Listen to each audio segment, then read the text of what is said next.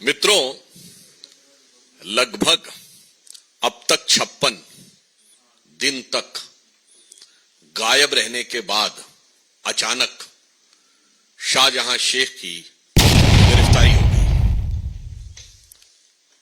अब यह सोचने वाली बात है कि जैसे ही कोर्ट ने ईडी के मामले में गिरफ्तारी का प्रिवेंशन हटाया गया, पहली बात संदेश खाली के विषय पर महिलाओं के अत्याचार की कोई भी धारा, बलात्कार या बलात्कार के लिए प्रेरित करने की कोई भी धारा नहीं लगाई गई है। दूसरी बात, यह भी बहुत साफ हो गया कि जो पश्चिम बंगाल सरकार स्टैंड ले रही थी कि गिरफ्तारी पर रोक है, उसका संदेश खाली के गुनाहों से कोई लेना देना नहीं था। तीसरी बात, उन्होंने जो ईडी के विषय के ऊपर गिरफ्तारी की रोक हटने के बाद गिरफ्तार किया, तो मैं बहुत साफ पूछना चाहता हूं कि यदि आपने ईडी के विषय पर गिरफ्तार किया है तो पश्चिम बंगाल सरकार उन्हें ईडी को क्यों नहीं सौंप दे रही है?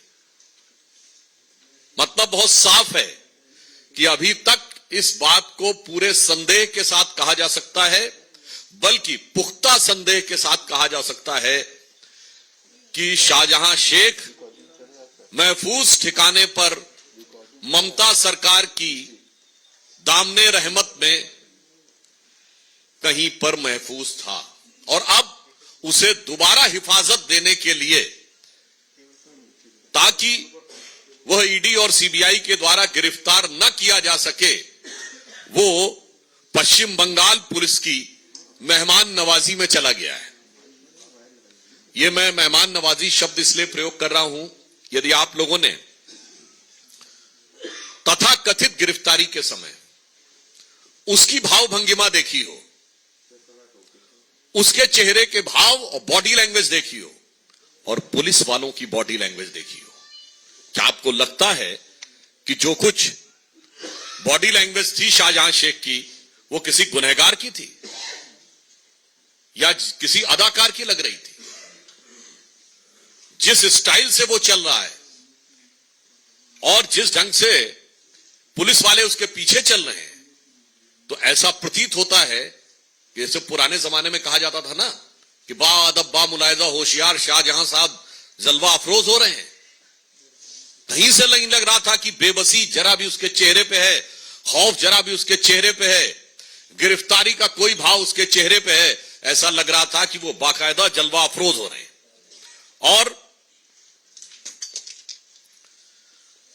उससे भी बड़ी बात, कभी पुलिस गिरफ्तार करती है तो आपने देखा है कि वो पुलिस आगे चलती है कि गिरफ्तार किया हुआ व्यक्ति आगे चलता है?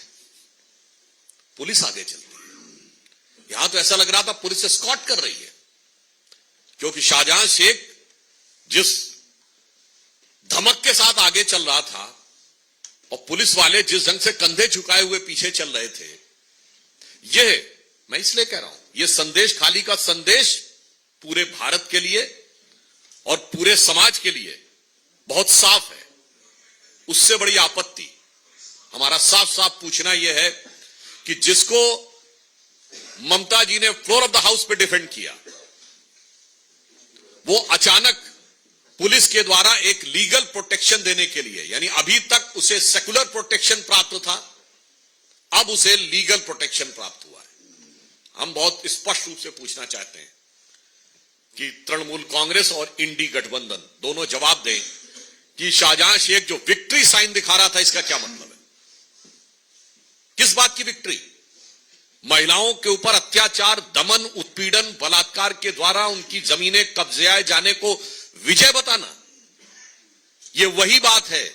महिलाओं पर यातना और अत्याचार को विजय का प्रतीक बनाना, यह मध्यकालीन मुगलिया मानसिकता का प्रतीक है। और 21वीं सदी में शाहजहां शेख और ममता बनर्जी की सरकार उसी को आज एक रूप में सामने दिखाई दे रही है। इसलिए हम बहुत स्पष्ट रूप से पूछना चाहते हैं कि टेक्निकल सवाल हमारा यह है कि यदि ईडी के हमले के लिए पुलिस ने गिरफ्तार किया है तो ईडी को हैंडओवर क्यों नहीं कर रहे हैं?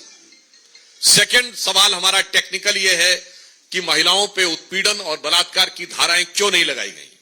और तीसरा सवाल यह है कि जब कैमरे के सामने उसका इतना जलवा दिख रहा है तो जेल में वो किस जलाल के साथ रह रहा होगा या रहेगा, इसका हमें सहज अनुमान लगाया जा सकता है। और चौथा नैतिक और राजनीतिक सवाल यह है कि उस विक्ट्री साइन का क्या कहना है। यही तो पॉइंट कह रहे हैं, अगर उन्होंने ईडी के प्रिटेक्स्ट पे अरेस्ट किया है तो it is incumbent of the part of the West Bengal government to hand it over to ED. क्या मजाक की बात है? मतलब क्या पुलिस ये कहेगी कि अब ईडी अब तो बरामद हो गया ना, तो जो कॉन्स्टिट्यूशनल लीगल पोजीशन है वो क्या है? मतलब there are two things. It means the West Bengal police is saying that we will prevent him to be arrested by ED. Clear है? इसका मतलब साफ हो गया ना, अभी तक वो पोशीदा था, महफूज था, दामने रहमत में था, अब मेहमान नवाजी में आ गया है। और मात्र इतनी ही बात नहीं है, आप देख रहे हैं कि मोदी जी के प्रति ईर्ष्या और वैमनस्य में किस सीमा तक इंडी गठबंधन के लोग गिरते जा रहे हैं कि आज कांग्रेस के वरिष्ठ नेता बीके हरिप्रसाद जी इस सीमा तक बोल देते हैं कि पाकिस्तान बीजेपी का दुश्मन है, हमारा नहीं है। यह बोलने का भाव क्या है? और मैं यह भी कहना चाहता हूं, यह बीके हरिप्रसाद जी का या कांग्रेस के किसी नेता का जुबान से फिसला हुआ बयान नहीं है। मणिशंकर अय्यर और Salman Khurshid, former cabinet ministers, both were the former cabinet minister and Salman Khurshid ji were the former foreign affairs minister, जाके ये कहे थे ना कि पाकिस्तान में जाके कहे थे कि मोदी जी को हटाना है तो मदद करिए। राहुल गांधी जी के बयान को पाकिस्तान ने यूनाइटेड नेशंस में भारत सरकार के खिलाफ प्रयोग किया था। इमरान खान ने बतौर प्राइम मिनिस्टर, उस समय कांग्रेस के अध्यक्ष रहे पंजाब में, सिद्धू की तरफ इशारा करते हुए रैली में बोला था कि जब तक यह सरकार रहेगी तब तक हमारे हालात नहीं सुधरेंगे, जब आप लोग आएंगे तभी हमसे संबंध बेहतर होंगे। हाफिज को साहब किसने बोला था? कांग्रेस के नेता ने। और हाफिज सईद का वो वीडियो अवेलेबल है जिसमें वो कहता है कि भारत में सिर्फ बीजेपी जैसे खराब लोग नहीं है, देखिए आज कांग्रेस पार्टी ने तो ऐलान कर दिया है कि आप पाकिस्तान के खिलाफ जो कर रहे हैं वो बंद करिए, कोट अनकोट। तो साहब ये प्यार का इकरार दो तरफा है। इसलिए मैं बहुत साफ पूछना चाहता हूं, एक तरफ आप अपराधी आतंकवादी तत्वों को समर्थन दे रहे हैं और दूसरी तरफ खुलेआम ये बयान दे रहे हैं, तो इंडी गठबंधन और राहुल गांधी जी से हम ये पूछना चाहते हैं कि मोहब्बत की दुकान में पाकिस्तान के लिए इतनी मोहब्बत क्यों नजर आ रही है? और ये फिर मैं बोल रहा हूं, again I am quoting with reference, Barack Obama ने अपनी किताब द प्रॉमिस लैंड में 2010 में भारत की यात्रा के समय तत्कालीन प्रधानमंत्री डॉक्टर मनमोहन सिंह जी की वार्ता के आधार पर लिखा था कि 2008 में 26/11 के हमले के बाद भारत की सेना एक कड़ी कार्रवाई करने के लिए तैयार थी। और उस समय रॉय आईबी के चीफ थे जिन्होंने इस्तीफा भी दे दिया था इस बात पे, क्योंकि लगातार संकेत दिए गए थे कि ऐसा होने वाला है। परंतु उसके बावजूद बकौल बैरक ओबामा, अगर कांग्रेस को आपत्ति है तो बैरक ओबामा पे जाके मुकदमा कर दे, बकौल Barack Obama doctor Manmohan Singh की सरकार ने इसलिए निर्णय नहीं लिया कि पाकिस्तान के खिलाफ हुई किसी भी कार्रवाई से बीजेपी को फायदा न हो जाए। यानी हमारे सैकड़ों लोग मारे गए, हमारे सिपाही मारे गए। तुकाराम आमले को तो याद है, हाथ में वो पकड़ते हुए गोली लग गई, कोई फर्क नहीं पड़ता।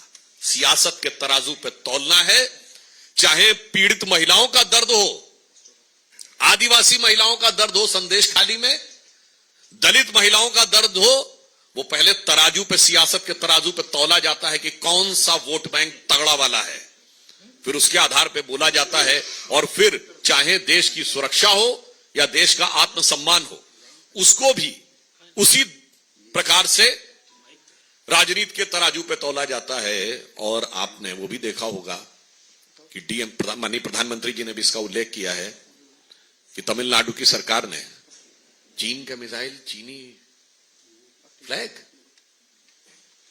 आप बताइए, चीन के साथ करार तो सुना था, डोकलाम में चीन के साथ लंच और डिनर तो सुना था। अब यही कसर रह गई थी कि इंडी गठबंधन की सरकारों में मिसाइल पे चीन का झंडा नजर आएगा। मगर आप आश्वस्त रहिए कि भारत की जनता इस हर एक चीज को, भारत की यह विवेकपूर्ण जनता हर एक चीज को बहुत गंभीरता से देख रही है और इसका समुचित प्रत्युत्तर देगी।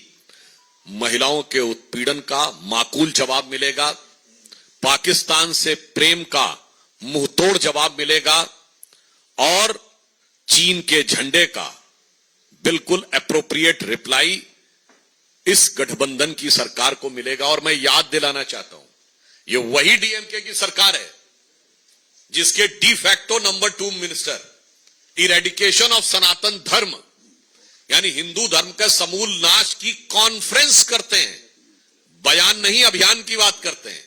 वही चीन का मिसाइल दिखाते हैं और चीनी झंडा उनके कार्यक्रमों में दिखाया जाता है। इस प्रकार की मीडिया में रिपोर्ट्स हैं और इस प्रकार के चित्र बहुत स्पष्ट रूप से उपस्थित हैं और आज तक अभी तक डीएमके की सरकार ने न इसके लिए माफी मांगी है, न सफाई दी है, न इसका कोई खंडन किया है। इसलिए हम बहुत स्पष्ट रूप से कहना चाहते हैं कि ज्यों-ज्यों समय आगे बढ़ता जा रहा है, इंडी गठबंधन के दलों की भारतीय समाज के प्रति असंवेदनशीलता और हिकारत उभर कर उत्तरोत्तर सामने आती चली जा रही है। धन्यवाद।